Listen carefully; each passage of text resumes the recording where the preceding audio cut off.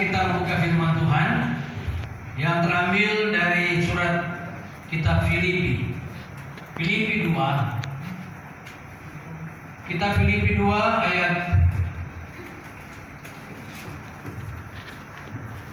ayat 1 sampai ayat yang ke-11. Kita baca secara bergantian dan kita perhatikan ayat-ayat yang akan kita baca ini. Filipi pasal 2 ayat 1 sampai ayat 11. Ayat 1 dibacakan oleh seluruh laki-laki, pria, dan ayat genap dibacakan oleh perempuan atau wanita. Siapa yang tidak tahu perempuan laki-laki, coba cek di kanan saudara. Ada laki atau ada perempuan? Sekarang hati-hati loh. Dengan jelas, lu laki atau lu perempuan? Iya kan? Di WC itu ada WC unisex. Anda boleh masuk situ semua. Anda perempuan laki boleh dan perempuan masuk situ. Ada lagi Jen sama apa? Men udah nggak ada. Woman sama gentleman Anda masuk ke situ.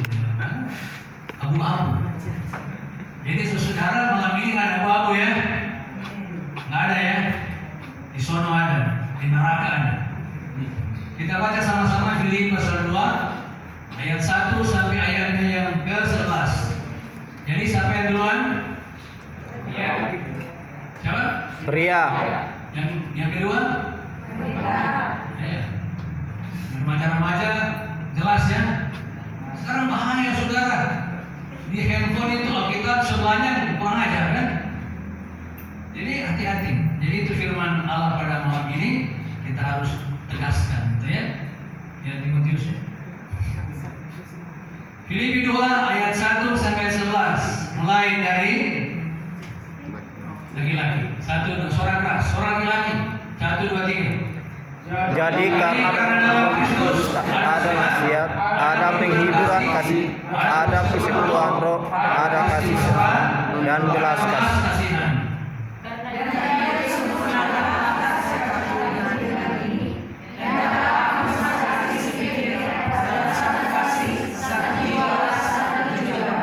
Dengan puji-pujian sia-sia.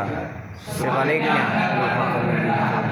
yang seorang lebih utama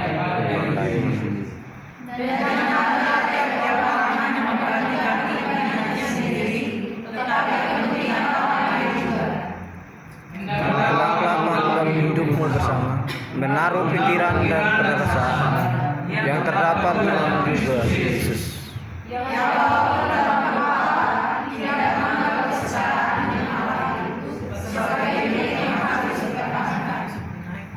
Melainkan telah mengosongkan dirinya sendiri dan mengambil rupa seorang hamba dan menjadi sama dengan manusia.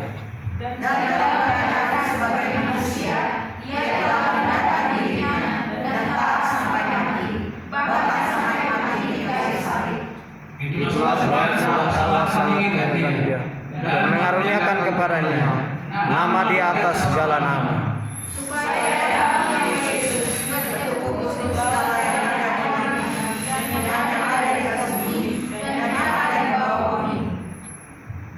Dan segala lidah mengaku Yesus Kristus adalah Tuhan bagi kemuliaan Allah Bapa. Saudara, demikian firman Tuhan. Shalom. Shalom. Ayat ini adalah ayat yang tadinya menaik, dia turun, dia naik lagi. Dan itulah Yesus kita yang lalu terakhir adalah firman menjadi manusia. Dia punya kemuliaan, dia raja, dia pencipta.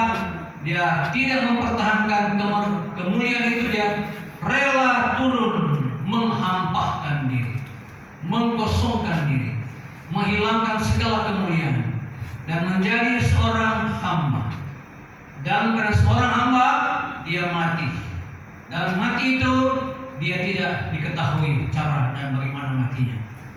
Saudara, karena itu dengan dia yang telah menderita sengsara, kemudian Allah Bapa menaikkan dia kembali. Dan Natal yang kedua adalah Natal yang ayat 11.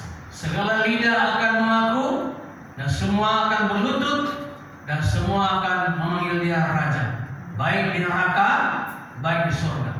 Sudah, jadi itu berita ini berita yang sangat luar biasa, memberikan kepada kita tentang kristologi, tentang teologi Kristus, bahwa Dia adalah Kristus, Allah sebelum dunia diciptakan. Dia adalah Allah, Dia adalah juru selamat, dijanjikan sebagai juru selamat dalam dunia ini. Tetapi juru selamat yang dinanti-nantikan adalah juru selamat yang seperti apa?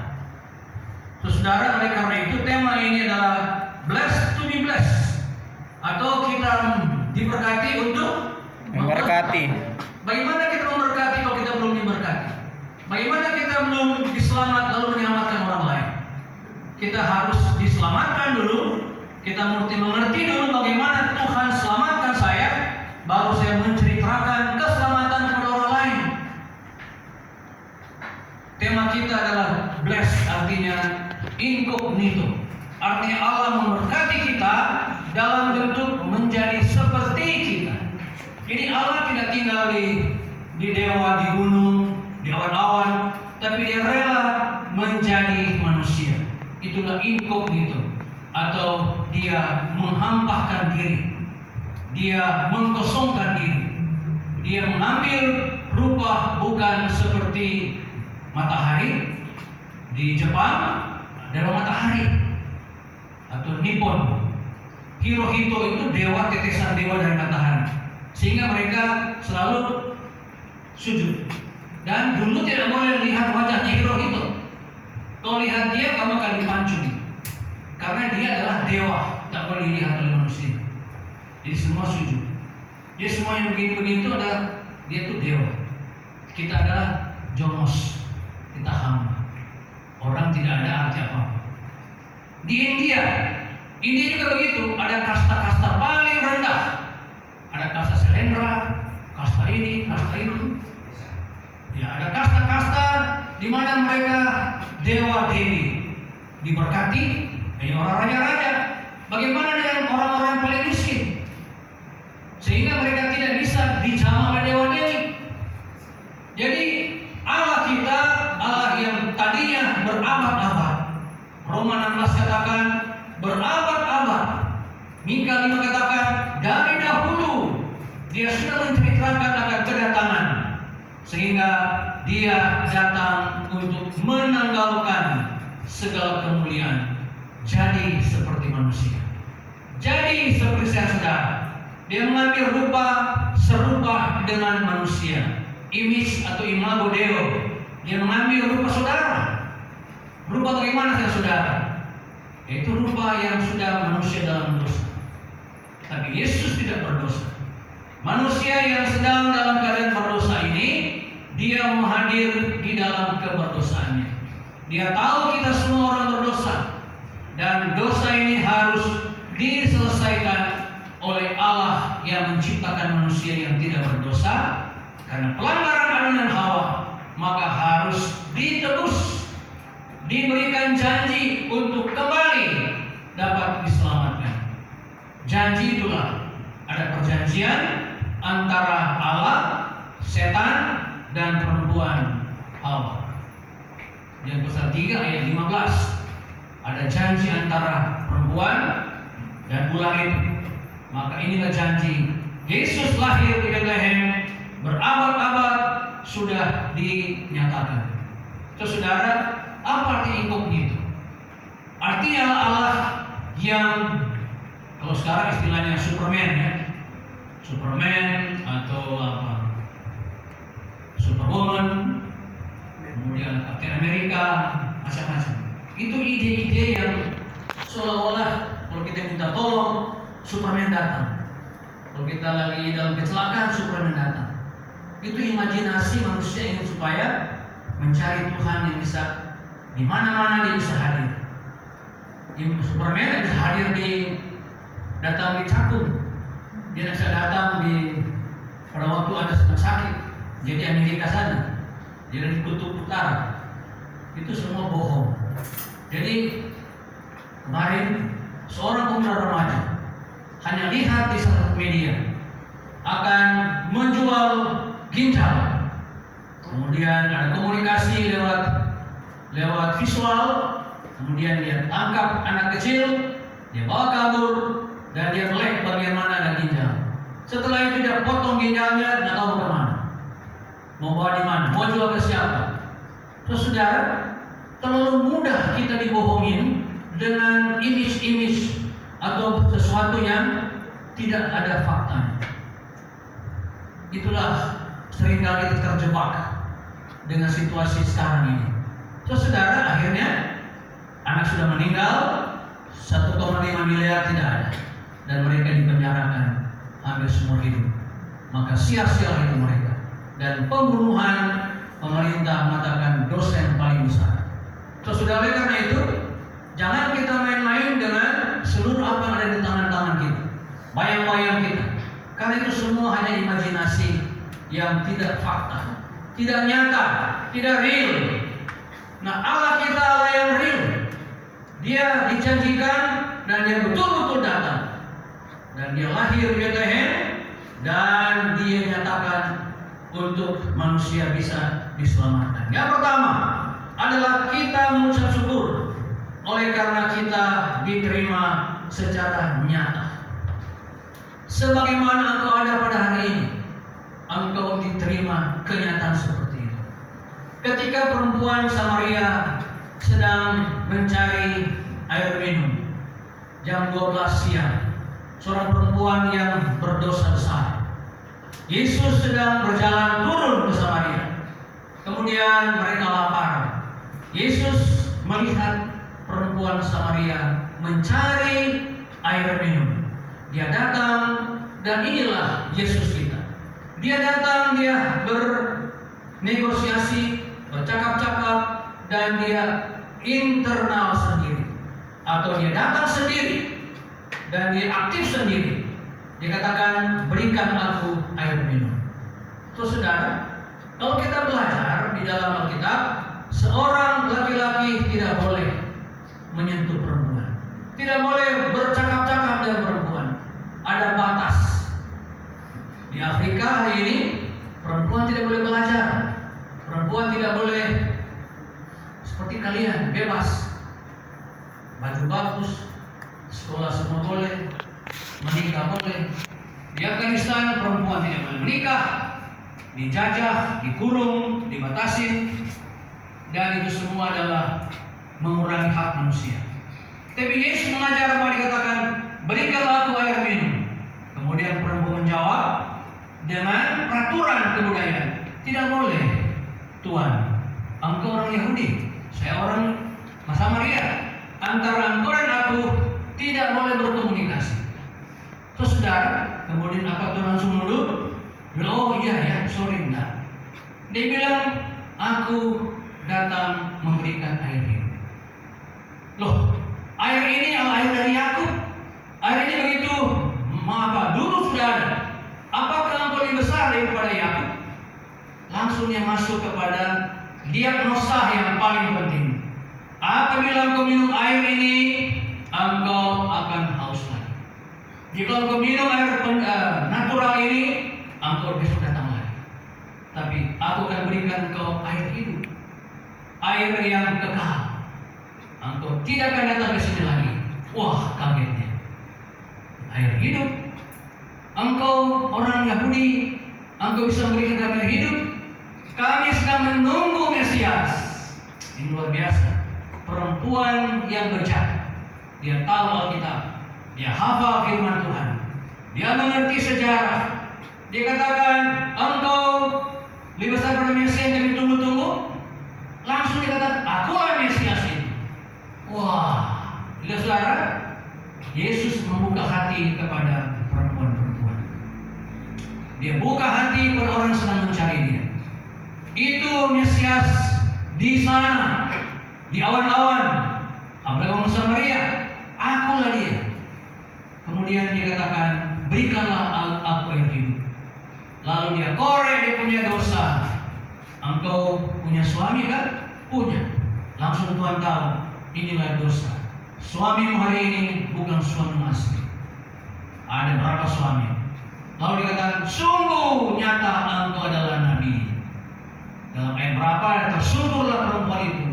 Sungguh nyata artinya seperti teleskop, seperti dengan mikroskop. Kalau teleskop dari jauh kelihatan besar, dari sini yang jauh kelihatan besar. Mikroskop dari kecil menjadi besar. Jadi kata skopa, dia mengenal hati yang paling dalam. Dia tahu hatiku yang paling kecil-kecil pun dia bisa tahu. Inilah Nabi. Profetik adalah mengetahui hari-hari hidupku. Dia tahu hidupku. Dia kasih jalan kepadaku. Dia sembah dan dia sujud.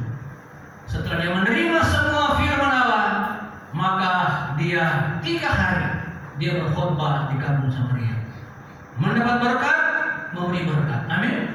Setelah mendapat berkat dari firman Allah, air hidup yang mengalir buat dia berkhotbah 2 hari 2 malam. Murid-muridnya pun kaget. Guru, siapa dia? Dia kata apa? Hari sudah menjelang malam. Banyak orang-orang ladang sudah menguning, di pekerja kurang. Malu.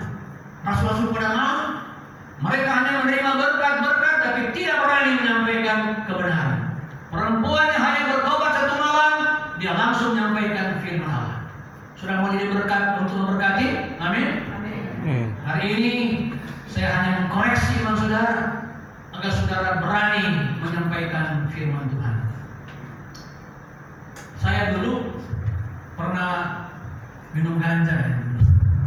Dulu kan saya pernah itu obat macam-macam. Kemudian setelah saya bertobat, saya bilang, sedangkan obat yang mengatur saya kok saya bisa menjadi seperti begitu berani. Dulu saya pemalu dan saya paling pemalu, saya paling tidak mau bergaul. Pemalu, bodoh, minder, tidak mau tampil, tidak mau sekolah kita, masuk sekolah kita, enggak. Tapi saya kerja, sekolah kita enggak. Mau sekolah pendeta, bagian pendeta, saya paling nggak mau. Ya aktif saja. Seperti ini malam kudus di gereja, evangelisasi gereja kita. Jadi pendeta, saya bilang, Tuhan panggil bintang kebodohan saya. Saya bertobat dalam pekerjaan, saya tinggalkan pekerjaan. Saya katakan, Tuhan, saya sudah mendapat pengampunan, dapat diselamatkan. Saya mau pakai hidupku. Biarlah aku bodoh seperti dengkul. Biar dengkulku saya berlutut untuk mencari hikmat Tuhan. Amin. Anda bodoh, taruh dengkulmu pada Tuhan. Yang bodoh bagi dunia akan menjadi hikmat bagi Allah. Amin. Amin. Jika miskinkan Tuhan, taruh dengkulmu, maka akan diberkati oleh Tuhan. Tuhan memberkati kita dan kita akan memberkati orang lain. Asal kita taruh dengkul kita, jangan gagah-gagahan. Anak muda mulai belajar, biarlah kotak kita seperti dengkul, taruh di bawah kaki Tuhan, taruh di kaki salib Tuhan, maka kita akan diberkati. Yang kedua, saudara, perempuan ini bukan hanya teori. Ada teori, saudara, adalah umpamanya air apa kalau rumus kimia? H2O ya. H2O adalah rumusan kimia. Rumusan itu kalau kita haus, apa ada tulis di kertas H2O? Anak makan itu. Atau ada celup di air, maka air itu menjadi kertas Anda minum. Jadi rumusan kini H2O adalah air. Demikian pula teori-teori agama. Teori-teori daripada orang-orang tidak percaya. Teori agama pintar bicara, pintar diskusi, tetapi hanya teori. Teori itu artinya pengucapan kata tidak sama dengan Perbuatan. Tapi Yesus katakan di sini, dia setara dengan Allah, dan biarlah kita bersama-sama pikiran dan perasaan masuk ke dalam Kristus. Jadi kita punya perkataan dan kita punya perkataan dan hati kita kelop. Kalau dia sudah kelop, maka itu firman menyatu. Saya harap pikiran kita di firman dan hati kita di firman. Orang mimpi besok mau kemana, hari ini cari duit, hari Minggu dengan firman, hari Senin firman itu lupa. Kenapa? Kalau tidak di hati, maka ya hanya network di sini aja. Atau taruh di hati, ya beku di sini kosong. Ya bersama seperti dengan Kristus. Kita baca sama-sama ayatnya yang ke-5. Sama-sama kita baca. Diisi dengan firman di pikiran dan diisi dengan hati kita seperti Kristus. Baca sama-sama ayat 5. 1, 2, 3. Hendaklah kamu dalam hidupmu bersama menaruh pikiran dan perasaan yang terdapat juga dalam Kristus Yesus. Yesus berkata, hukum yang paling utama adalah kasihilah Allahmu dengan segenap Hatimu. pikiranmu, dan kasih Tuhanmu dengan hatimu dan segala kekuatanmu. Jadi jangan setengah pikiran, setengah hati, setengah melangkah. Tidak, full mind, full heart, dan full power. Jadi elemen ini ada di dalam hidup saya. Diberkati, bukan hanya minta Tuhan untuk berkati, bikin saya hoki, ya kan? Supaya saya bisa kalahin orang punya kemiskinan. Tuhan, saya meminta ini, minta itu. Saya bilang enggak. Ngapain kasih lu? Setelah dikasih, dia bilang, Tuhan, ya 10 juta aja di tiap bulan. Tuhan kasih 10 juta. Setelah dapat tempat, berarti punya Tuhan ini murah, ya kan? Murah itu bukan pemurah. Oh murah. Udah Tuhan, nggak jadi 10 juta, mau deh 20 juta. Dalam enggak 10 juta kamu sia-siakan, 20 juta apalagi. Akhirnya Tuhan dianggap enteng, sehingga dia akan merasa, Pak Iwan gimana ya? Saya dengar di gereja sana sekali kasih 20.000 langsung dapat seperti lotre, dapat 10 juta. Bisa nggak? Ya nggak bisa loh. Tuhan tidak bisa seperti itu. Tuhan kita harus memikirkan perasaan kita, hati kita serahkan lebih dahulu. Maka sekaliannya akan ditambah-tambahkan. Dahulukan kerajaan Allah dan kebenarannya, maka yang lain-lain akan mengikuti. Bukan seputar. Yang mengikuti menjadi utama, Tuhan nomor 2 kan. Yang utamakan kebenarannya dan kerajaannya. Tahta Tuhan bertahta di pikiran saudara, di hati saudara, dan di langkah saudara. Masih muda kita melangkah dan diberkati oleh Tuhan.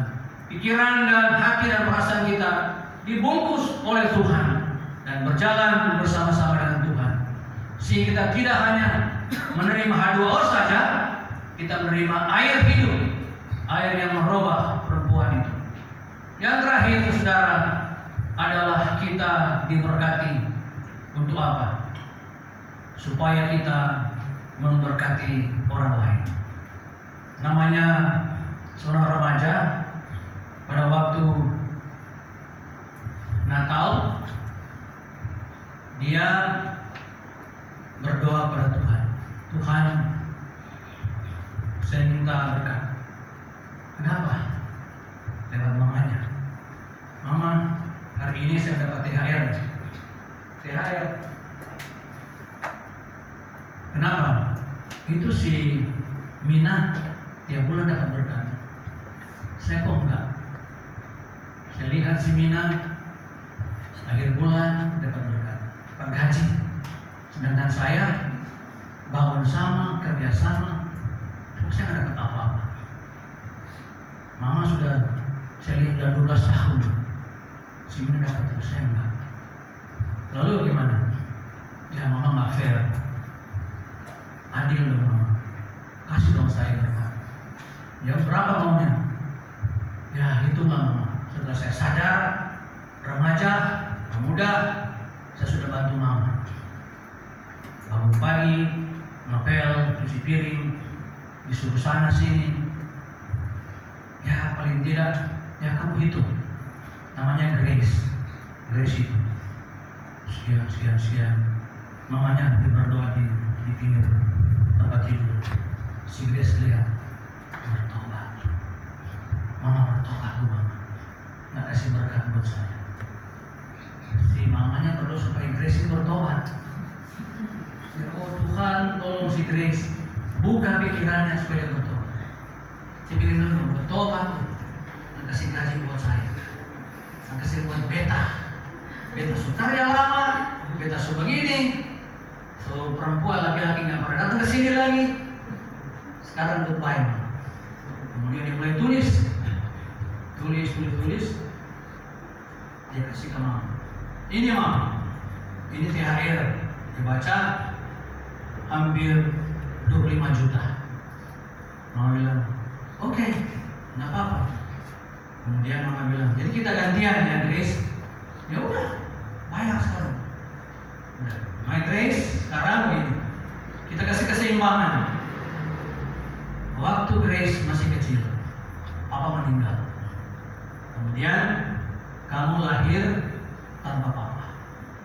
Waktu di kandungan kamu sakit-sakit, masuk rumah sakit, bayar 3 juta. Waktu susu bayar sekian juta. Mama punya kurang, punya vitamin sekian. Waktu kamu lahir belum dibayar. Kamu dewasa sampai hari ini berapa Mama? Anda bayar hampir 10 miliar. Kemudian Grace tunggu Mama. Dia bawa masuk kamar, dia berdoa, Tuhan ampun saya. Mama bilang bertobat. Bertobat kamu Grace. Saudara, kadang-kadang hidup kita seperti itu.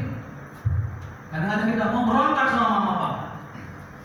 Kita tidak sadar Allah kita, juru selamat kita. Dia menderita, mengampuni dosa kita, dan Dia memberikan kehidupan yang kekal. Amin. Hari ini saudara, maukah saudara di sore malam hari ini berkata, Tuhan, aku sudah berhutang banyak kepada Engkau. Saya sakit-sakitan dulu, saya lemah, saya tidak berdaya. Kita hidup hanya oleh karena Tuhan. Oleh karena itu, mendapat hanya anugerah, memberi anugerah. Semua kita hidup hanya oleh karena Tuhan. THR, apa yang THR? Tuhan hari pas hari Dia memberikan rezeki. Amin. Amin. Ya, tahun demi tahun, tahun lepas tahun, rezeki Tuhan tidak pernah habis-habisnya. Bapak Ibu saudara-saudara, muda remaja, sore malam hari ini, mari kita datang kepada Tuhan.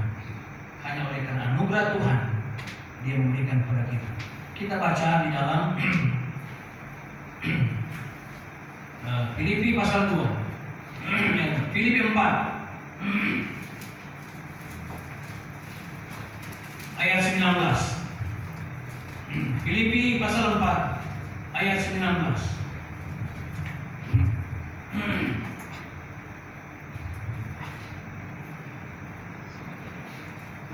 Minta seorang pemuda membacanya. Filipi 4 ayat 19. 1, 2, 3. Silakan baca. Semua pemuda baca.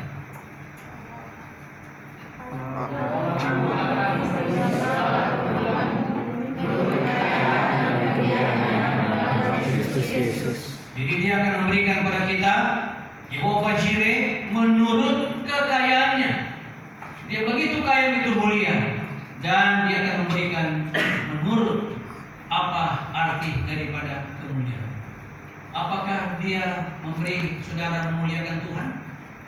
Apakah hidupmu memuliakan Tuhan? Muliakan Tuhan dari sikap hidup kita. Muliakan Tuhan dari pemberiannya dulu. Dan bersyukur oleh karena aku seperti hari ini. Aku bersyukur karena aku diberkati Tuhan. Saudara, diberkati Tuhan karena kita apa adanya. Kita mulia walaupun kita secara manusia, secara duniawi, kita kurang sempurna. Kita dipermuliakan oleh Tuhan. saudara, ada juga ilustrasi kedua. Namanya barangkali ya pakai nama saya istri aja. Namanya Susan. Susan, wah, dia punya mama jelek yang luar biasa. Mukanya jelek. Tapi Susan cantik yang luar biasa. Susan itu cantik waktu masih muda. Kemudian waktu dia ditanya temannya laki-laki, temannya datang, dia katakan, Susan, saya mau ketemu mama kamu. Waduh, John, janganlah. Mama punya mata jelek. Muka mama itu menakutkan. Loh, kan mama kamu, dia terkejut. Saya juga malu mau tanya, kenapa wajah mama seperti ini? Mama punya wajah, saya malu. Kemudian si mamanya Susan dengar, oh mereka lagi teman gereja. Susan sama John ini ingin ketemu, tapi Susan bilang nggak boleh, aku malu. Kemudian sore malamnya dia datang, mamanya Susan. Susan, kenapa? Si John mau cari tahu muka saya. Iya mama, tapi mama saya malu mau kasih tahu. Kamu tahu bagaimana muka saya ini? Nah, saya tahu setengah ceritanya. Saya tidak tahu sepenuh ceritanya. Ternyata mama celaka itu saja.